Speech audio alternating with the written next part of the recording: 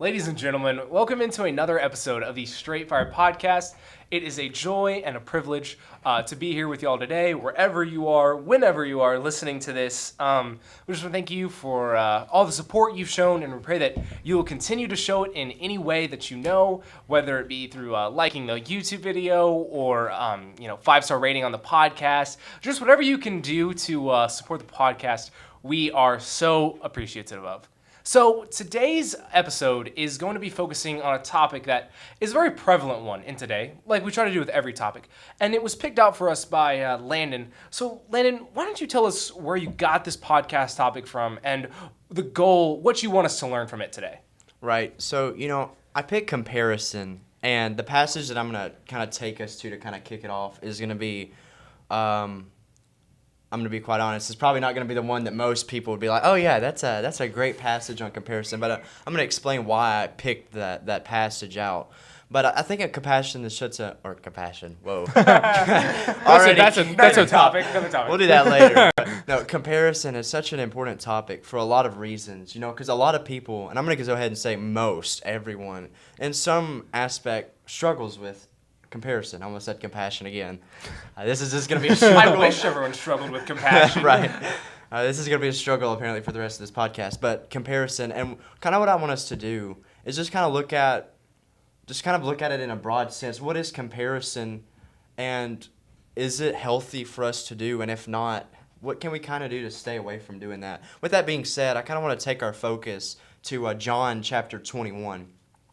And John 21, it's kind of known for that passage, where Jesus talks to Peter or Simon, and he walks and he says, do you love me? Yes, Lord, I love you. Feed my sheep. And he does it 3 times. And we kind of talk about the comparison between the 3 times Peter denied and then the 3 times that he said he loved him. And then we kind of just cut the dialogue off right there. But I want to go ahead and pick it back up where most people leave off in verse 20. So John 21 and verse 20 says, then Peter, turning around, saw the disciple whom Jesus loved following, who also had leaned on his breast at the supper, and said, Lord, who is the one who betrays you? Peter, seeing him, said to Jesus, but Lord, what about this man? Jesus said to him, if I will that he remain till I come, what is that to you? You follow me. Now, I'll go ahead and admit up front that this passage of Scripture does not explicitly have to do with the idea of comparison. Jesus wasn't strictly talking about, Peter, don't compare yourself to others. But this idea of what's that to you, you follow me, is such an important, and I would say one of the main ideas that gets us through how to look at comparison when we struggle with that. What's that to you, you follow me. And so that's kind of the idea that I was kind of wanting to give across. So I'll give it back to you.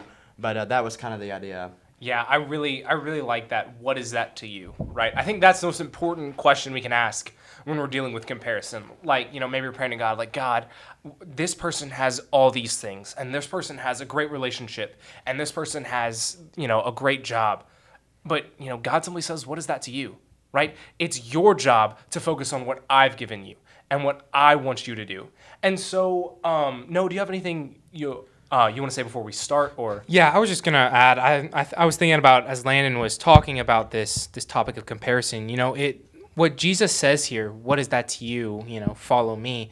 It really shows what we're trying to accomplish when we talk about comparison. Landon said, well, this passage doesn't explicitly mention comparison, and he's right. It doesn't. And Landon made a good point. But the principle here applies to it so well, and this is what we're really trying to extract from this. Is it's not about comparing myself to others, it's really about what am I doing to accomplish the goal that Jesus has given me, regardless of what anyone else is doing.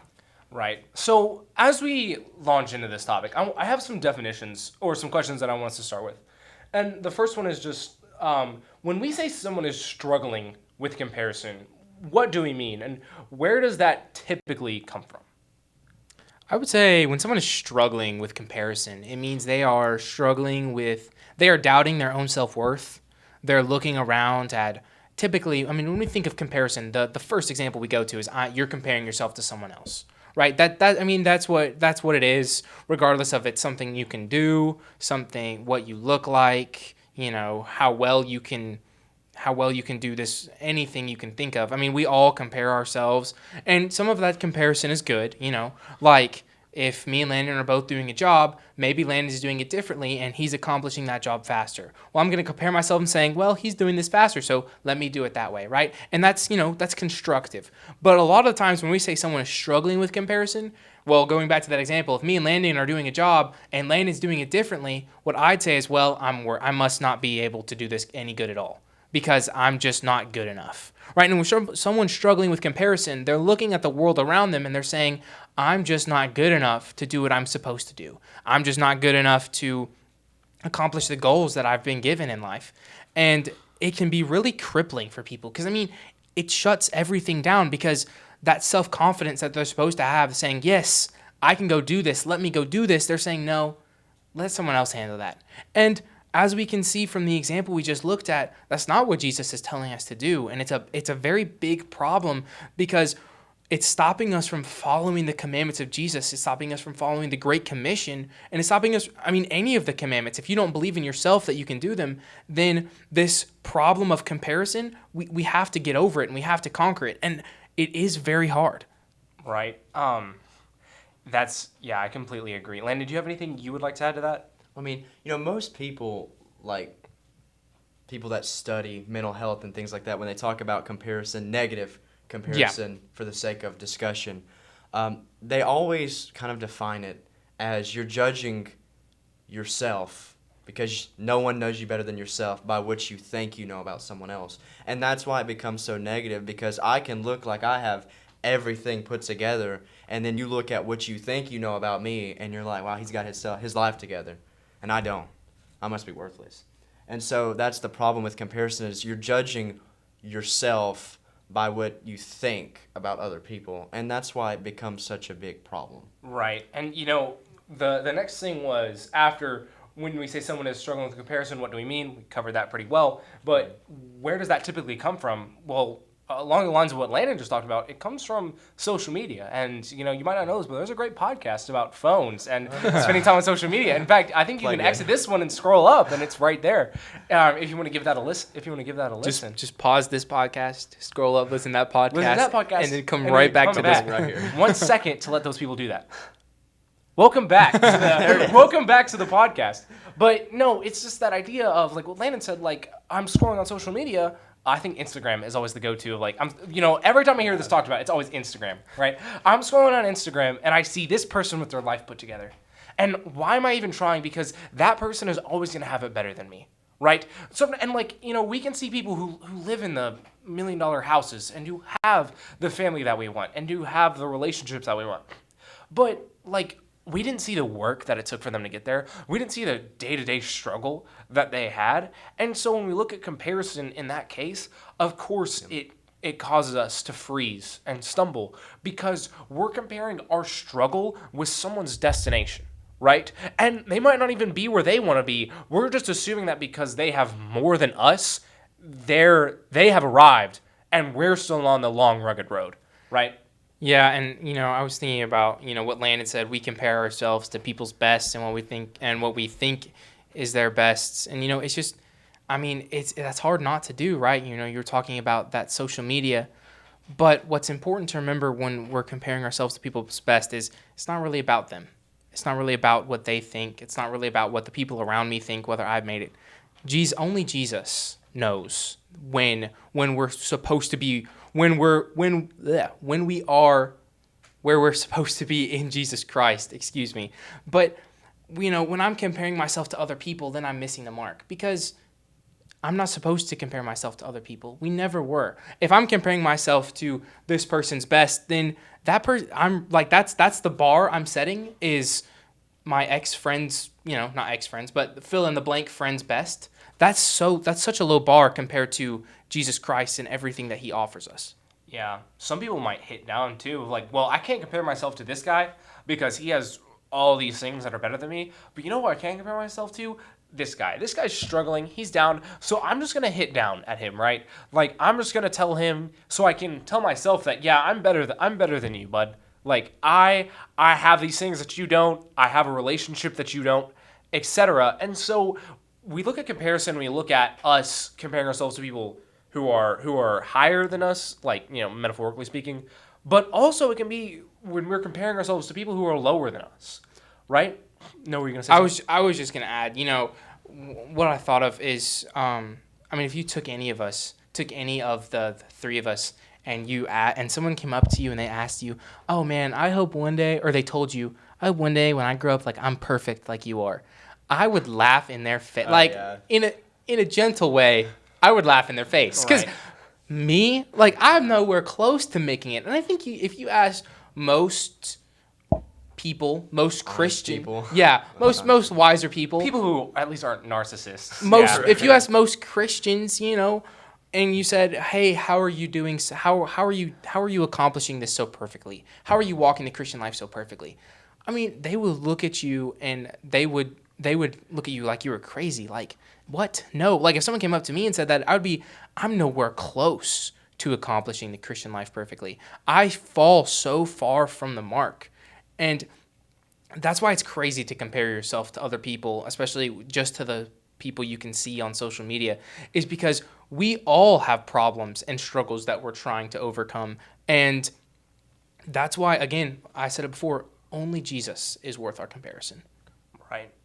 That's. Oh, sorry, Lane. Go ahead. I mean, yeah. No, I was just gonna say, comparison is always rooted in an insecurity I have of whatever form that may be. I feel like I'm not as skilled, or I'm not as good at sports. I don't have as much money. I'm not as good at making friends. It's an insecurity that I have, and I assume that you don't. But I want to circle back to the point, because that was kind of one thing. I'm going to kind of shift thoughts here, and come back to the thing you said about comparison, because 90% of the time we talk about comparison, it's like, oh, I'm not good enough, and we kind of talk about depression and how that all is connected, and it's like comparison is not just a one-way street, it's a two-way street. I can be comparing myself to Noah and saying, oh, he's got all of these things and I don't, and then I can shift to someone else and go, oh, Benjamin. I was wondering if he was going to do it. I was like, here it comes. stick to it, Benjamin, and be like, okay.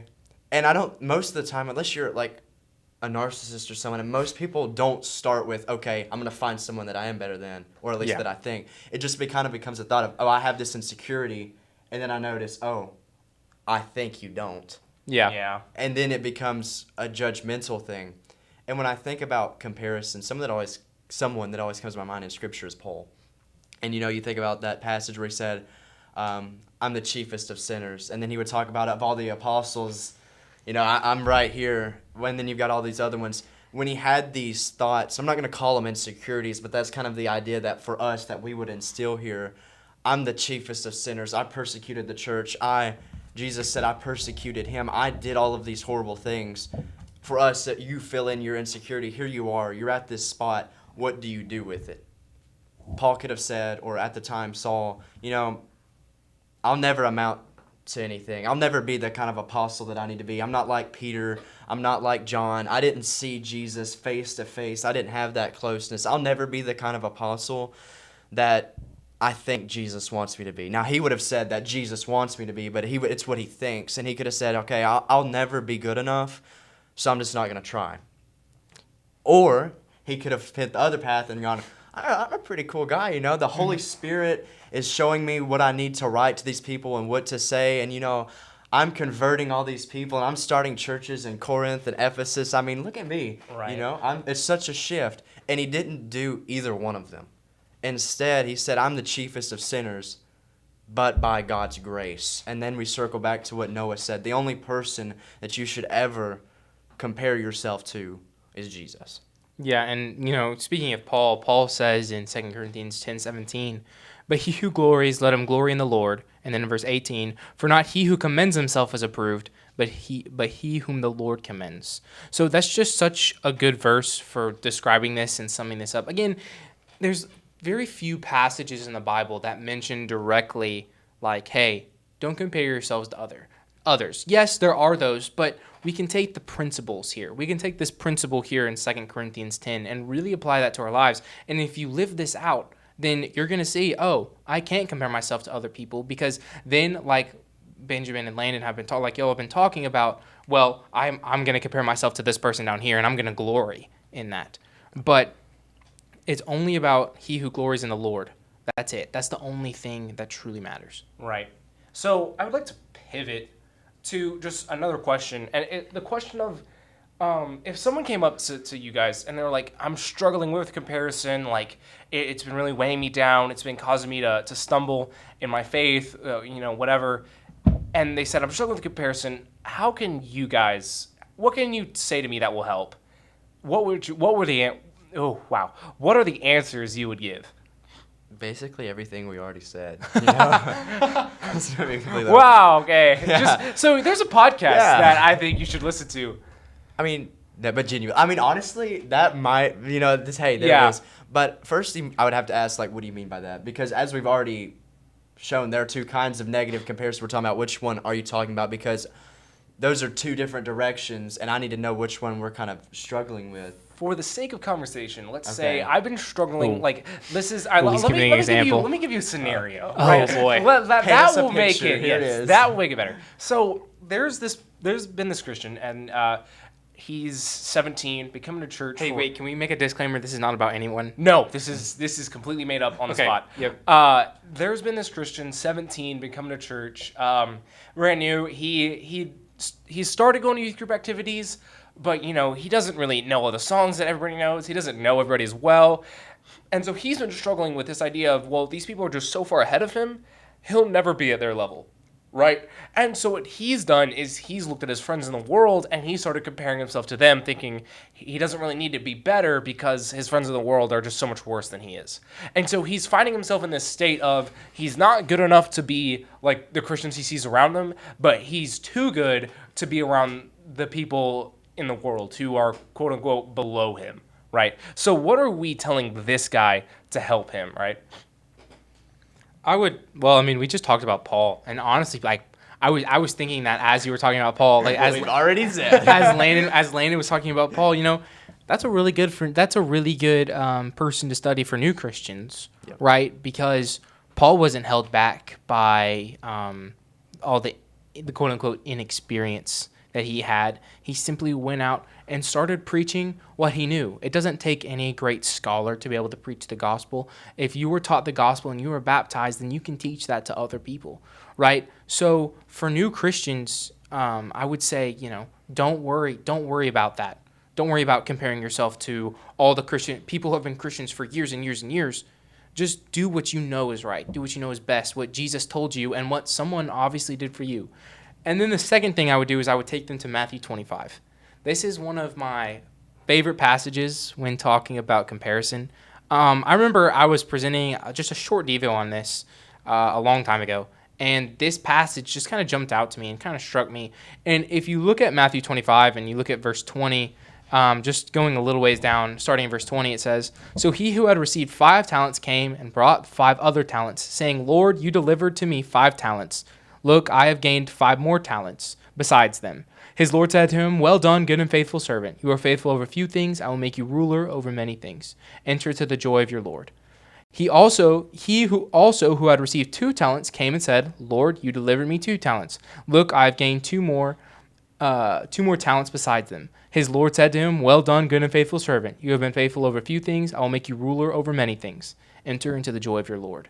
So, and then it goes on to talk about the 1 talent man who didn't do anything with his talent, and the Lord came back and was super, hard on that man and cast him out into the land of weeping and gnashing of teeth. But what we seem to skip over so quickly is the 2 talent man. The 2 talent man to me is something that when talking about comparison, is something I would draw out, because he didn't have as much as the 5 talent man, and he didn't have as much as the 1 talent man. But he didn't say because I don't have as much as the 5 talent man, I'm not going to work. And he didn't say because I have more than the 1 talent man, well, I don't have to do anything. No, he simply did all that he could with what his master had already given him, and he was just as accepted as the first man was, even though he didn't have as much. And it's such an important lesson that we can so quickly skip over, because we think the contrast is between the 5 talent man and the 1 talent man, but really it's not. The 2 talent man, who's between both of them, shows that God is pleased with whatever he gives you, whatever talents he gives you. If you use those to serve the Lord as best as you can, if you do everything you can with those talents, God is pleased with you. And that's really what I would try to hammer home to that, to the friend that we're talking to the new Christian, that maybe God hasn't given you as much, but you can still be pleasing in his sight if you do if you do your absolute best with what he's given you. Right, Landon, would you like to add something to that? All right. I'll give it to you. Go You know, for it. jumping back to the Paul analogy for like the third time, as much I would always start with how he had the two choices. But then we have to go to the root of the problem. For him, it didn't start with, I'm going to judge other people. It started with, I'm not good enough. And so we have to circle back to, okay, you became a Christian, and now you're around a bunch of Christians, and you feel like you're not good enough. What did Paul do to become stronger? Because there was a time when he was a new Christian, and he was in Damascus, and he knew no one, and he was at what we would consider the bottom. He had just became a Christian. He didn't really know anything about Christianity. What did he do? Well, he found Barnabas. And Barnabas showed him certain things, and he helped him. And Barnabas and Paul would eventually start preaching together, or at the time Saul. And so what you have to do is you have to start talking to people in the church. Because what you did to this guy, apparently what he did is he looked and he instantly withdrew. You got to get back in there. Even if it's just one person, two people, you have to start finding people that you can watch.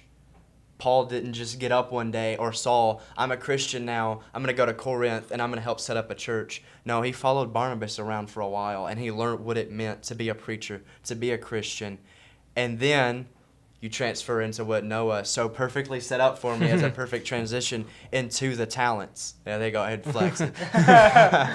I set Landon up so well. yeah, he's tag team. Tag team. But people become Christians, and then they look at people that are the preachers. They get up in the pulpit and they present these lessons, or they look at the song leaders and they lead the worship so beautifully, and then they go, "Oh, I can't do that." First off, number one, how do you know you can't do it if you never have tried? Right. But we'll not even go there. That's a topic for another time. But you do have talents. In that parable, there wasn't a no-talent man that God expected something from. There was a one-talent man, and we could say, oh, well, maybe he didn't know his talent. That man knew what his talent was. Now, in that context, we're talking about money. But, again, the principle, there's the word, I lost it for a second. The principle is there. Yeah. We all have different talents, and God gave them to you for a reason. Maybe he needed you or wanted you to become a speaker and be the preacher. Or maybe he wanted you to be that little old lady that sits in the back and greets every single person that comes in the building. There is a talent that God gave you, and they may be very different in our eyes, but they're equally important in the eyes of God. And so you have to find those. And in order to find them, you have to start talking to fellow Christians. That's what I was just going to say, sorry. I'm just going to cut off this. So I just wanted to add really quickly, maybe... That's something I wanted to say for like the past two turns, but everybody just has more to say. In one sentence, maybe that one talent is a very important talent that not many other people have. Yeah. Right. You know... Go ahead, Benjamin. Okay, yeah, thanks, guys. Noah's looking at me right now. I got my one sentence in. That's all I wanted. You know, a verse I had for this was Galatians 1:10. Am I now trying to win the approval of human beings or of God? Or am I trying to please people? If I were still trying to please people, I would not be a servant of Christ. So pleasing people and being a Christian are exclusive, right? You cannot be one and the other. And I think that's what we need to keep in mind here, right? We look at the 5-talent man, and he ended up with 10 talents. And we say, I can't believe God blessed him so much. And then we look at the 2-talent man and say, I can't believe God blessed him so little. How does God even know what he's doing? Right? But I was actually preaching this morning, and one of the things I talked about was sometimes God knows what we need and what we don't need, right? Sometimes if God gave the 5 talents, to the 2-talent man, I would say that the 2-talent man probably wouldn't be as effective, right? Because God knew what each of these people needed and how to maximize their, lack of another term, talents. And so that's the idea that we need to have of maybe God hasn't given me these abilities that other people view as more, but he has given me these abilities, which in his eyes are just as valuable. Because if you think about it, both of these people got the same reward, right? Both of these people, was this the one where they gained cities? It just says, you have been faithful over little, I will make you faithful Yeah. over much. Both of them were faithful, and both of them got to be faithful over much, right? That was their reward. And that's the same thing here. Like, I didn't go out and preach 50 sermons in, 3 different countries, right? But what I did do was I did make the most out of what God had given me. Well, yeah, and then if you're really a true Christian trying to please God as best as you can, it doesn't matter where I'm using my talents or how I'm using my talents. As long as I'm using them to serve God so I can be in heaven with him one day, that's really all that matters. So, of course, the 2-talent man wouldn't complain that he didn't have as much as the 5-talent man because he understood the reward that was coming, and that reward would be the same. As a Christian, as long as if I know that I'm going to heaven, it doesn't matter who recognizes me. It doesn't matter what anyone else does. As long as we're all striving to go to heaven together, however that happens, then that's the most important thing. Right. So, for time's sake, we need to move on to the next thing. Just comparison has no place in the church, but how could it seep in? Right. Let's talk strategy. Let's talk strategy here for a second. Right. How to prepare ourselves for this potential problem that we could find ourselves in, or the church could find itself in the future. How would you defend a church against this, more covert sin of comparison, right? Because it doesn't always present itself on the top, right? It's not as blatant as other things. If we're in a strategy meeting, right? Right. We're sitting down. Swap the setting. Go away from podcast. We are now in a strategy meeting. I would say, like, if we're trying to directly counteract the devil, right? Where he is trying, let's say we know he's going to come and try to attack our church. Let's just put that hypothetical out there. We know the devil is coming and he is going to attack our church with comparison. That is the weapon, that is the tool that he has chosen to try to take down our church. That's what he's going to tempt us with. That is what he's going to tempt us with. I think the first thing I would say to the church is you have to be honest with each other. We cannot try to pretend that we're something we're not, right? We don't have to necessarily tell people what our specific weaknesses are, but people have to know that we have them. They have to understand that, hey, this person isn't perfect. He does struggle. She does struggle. They don't get it right all the time. Because when we believe someone is perfect, that's when comparison seeps in that we'll never be good enough. We'll never be as good as they are. So we can't do anything. So I would have the church be honest with each other. Be open to each other. Because, let's say I thought Landon was perfect, but I never confronted him about it. I mean, easy to think Landon's perfect, I mean, come on now. How could you not think Landon? But anyways, let's say I thought Landon was perfect, but I never confronted him about it. Instead, I avoided him and I demonized him behind his back and all of that. Well, that doesn't help anyone because, again, I'm comparing myself to Landon. I'm really just trying to bring Landon down. But if I went up to Landon and said, hey, man, I really think you're walking a great Christian life. How are you doing so well? I think knowing Landon and knowing a lot of Christians, one of the first things Landon would say to me is, well, I'm really not doing as well as you think I might be, because I know I would say that if someone came to me like, well, I'm trying my best, but I'm really not walking this perfectly. And maybe me and Landon would bond about how we can help each other walk better. That's what I would want a Christian church to start doing if I was strategizing against the devil. Yeah, so then as the general of this strategy meeting, I'd throw it over to Landon and be like, Landon, any suggestions here? Yes, yeah. Well, I mean, I'm going to start with adding to Noah's, and then I'll add a few more things that I was going to say. But, there's a reason the scriptures say to bear one another's burdens. That starts with that we can't do it alone. If we could have done it alone, there would have been no need for the church. And we could have all just been saved in our own way. But God made it in such a way, I'm hesitant to say organization, but that's really kind of how it was structured. Right. And so that we have each other. But we're to bear one another's burdens, because what's that's going to do, it's going to let me know that, because when Noah comes up and asks me about this, maybe I'm struggling with something similar, and it's going to be like, okay, I'm not the only one. And so we're going to build this connection that we should have had anyway. But it's going to become even stronger. And then I'm going to go ahead and add to that, taking this as a strategy meeting. I'm going to assume that we're the elders of this conversation. Right, yeah, that's kind of the assumption I was having. Yeah, this congregation. Yeah. I'm going to make sure the preacher is in the pulpit talking about topics that matter. Yeah. About how we're not all perfect. No one is. And no matter if you're one of the elders or if you're one of the preachers, we're all struggling with things. And I'm going to talk about unity, and we're going to talk about encouragement, and we're going to talk about how we do need to talk to each other about things that we struggle with. Because a lot of times when we struggle with something, I have to keep it quiet. Yeah. Because for some reason, I'm expecting everyone to think that I am perfect, which I'm not, and I know I'm not. But again, I assume everyone else is because they look like they have it all together, so I need to look like I am. Where it should be, I'm struggling with this. Oh, you're struggling. Well, I am too. Well, let's pray for each other. Let's help each other get better. And so what we're going to do is I want that talked about, definitely, because it needs to be. And then I have something else, but it just left me. You go ahead. Go ahead. I got to think of it. One of the thoughts I Go had back. was, is encouragement the counter to comparison? Would y'all agree with that? Maybe is there something else you would say?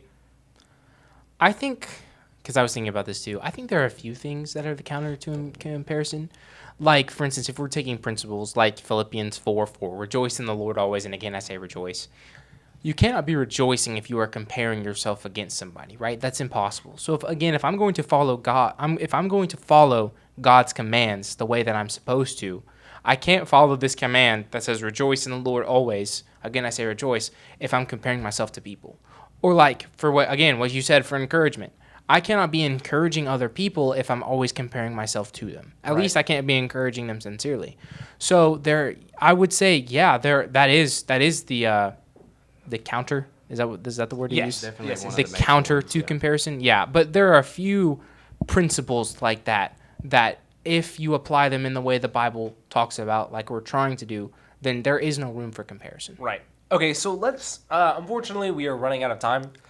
Quickly, we actually kind of already have run out of time, but for the sake No of conversation, strategy meeting. it's been going very well. So, final thoughts on comparison. What you want people to take away from this as they, finish this podcast and head back out to whatever they were doing.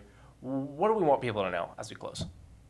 Did you get your thought back, Landon? I did not. That's okay. It's okay. I'll let you kick it off, though. Again, I would say what we talked about. I would go back to the example that we used of the friend first, and just say, God has given you a select amount of talents. It's not really up to you to look at other people and say, well, I've got less than them, or it's not up to you to look at people and say, I've got more than them. It's simply up to you to do with your talents what God has commanded you to do. Right? And your talents could be anything, but it's up to you to find those talents out and use them to bring glory to God, right? And we're not looking for glory, like we talked about from 2 Corinthians 10, we're not looking for glory from other people. We're only trying to glory in the Lord. And if we understand our true reward and that we're trying to get to heaven at any cost, then it doesn't matter what other people around me are doing as long as I'm doing my best to go to heaven. I would start there, and then I would say that for anyone personally. And then for the church, I would say what we talked about. If you encourage other people, if you're truthful with them, and you're always seeking to find joy, then there is no room for comparison. So go, instead of maybe wallowing in self-pity. I remember when I was a little kid at camp, I would sometimes I felt like I would compare myself to people so bad that I would just lay in my bed and be like, I don't really feel like doing anything today because there's always going to be someone better than I am out there. Wow. But as a little kid, I maybe thought about that for 30 seconds. And then, the next minute I was up having fun, not even thinking about it. But it just goes to show, don't wallow in self-pity, but go out and encourage other people. Go out and tell them the truth. Go out and be joyful with them. What me and Landon talked about, maybe you can make a bond with them and you can be a strong Christian because of it. So that's what I would tell personal people, that's what I tell someone one-on-one, and that's what I would tell the church. Right. I'll be quick, I promise. Yeah, okay. I was going to tell him, I was like, oh, okay. Yeah. Longer episode this week. That's okay. It's okay. I'll close. I guess I want to close with that again. John 21:20. Is that 20? Yeah. No, 21. Yeah, No, John 21. Yep, there you go. What's that to you? You follow me. So far, every time we've talked about comparison, it's been you shouldn't do it. I pivot. The only person that you should ever compare yourself to is Jesus. Jesus didn't say, follow the trendsetters, follow the people on Instagram, follow whoever. He said, you follow me. The only way we're going to become the kind of people that we truly want to is when we stop comparing ourselves to others and start comparing ourselves to Jesus. Right. And I would close the whole thing with, Romans 12, 3 through 5. For by grace given me, I say to every one of you, do not think of yourselves more highly than you ought, but rather think of yourself with sober judgment in accordance with the faith God has distributed to each of you. For just as each of us has one body with many members, and these members do not all have the same function, so in Christ we, though many, form one body, and each member belongs to all the others. Thank you so much for listening to this episode of the Straight Fire Podcast. Again, we hope that you support that episode in any way you can. And ultimately, go check out the YouTube channel, subscribe there so you can stay up to date with not just podcast stuff, but other videos we're planning for the future. Again, thank you all so much for listening, and we will see you all in the next episode. Thanks.